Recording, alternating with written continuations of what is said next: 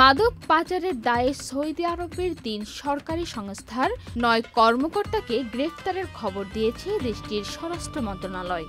তাদের গ্রেফতারের মধ্যে দিয়ে মাদক পাচার সংশ্লিষ্ট একটি নেটওয়ার্ক ভেঙে দেওয়া হয়েছে বলে দাবি সৌদি প্রশাসনের।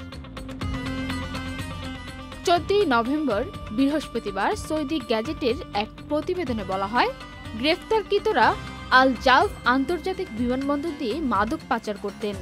তারা প্রত্যেকেই সৌদি আরবের নাগরিক। এর মধ্যে স্বরাষ্ট্র মন্ত্রণালয়ের একজন, জাকাত কর ও শুল্ক কর্তৃপক্ষের ৪ জন এবং সৌদি ইলেকট্রিসিটি কোম্পানির একজন কর্মকর্তা রয়েছে। স্বরাষ্ট্র মন্ত্রণালয়ের এক সূত্রে জানা যায়, তারা আন্তর্জাতিক চোরাচালান নেটওয়ার্কের সঙ্গে সমন্বয় করে মাদক পাচারের কাজ করতেন। অপরাধ দমনের উন্নত প্রযুক্তি কাজে লাগিয়ে তাদের গ্রেফতার করা হয়।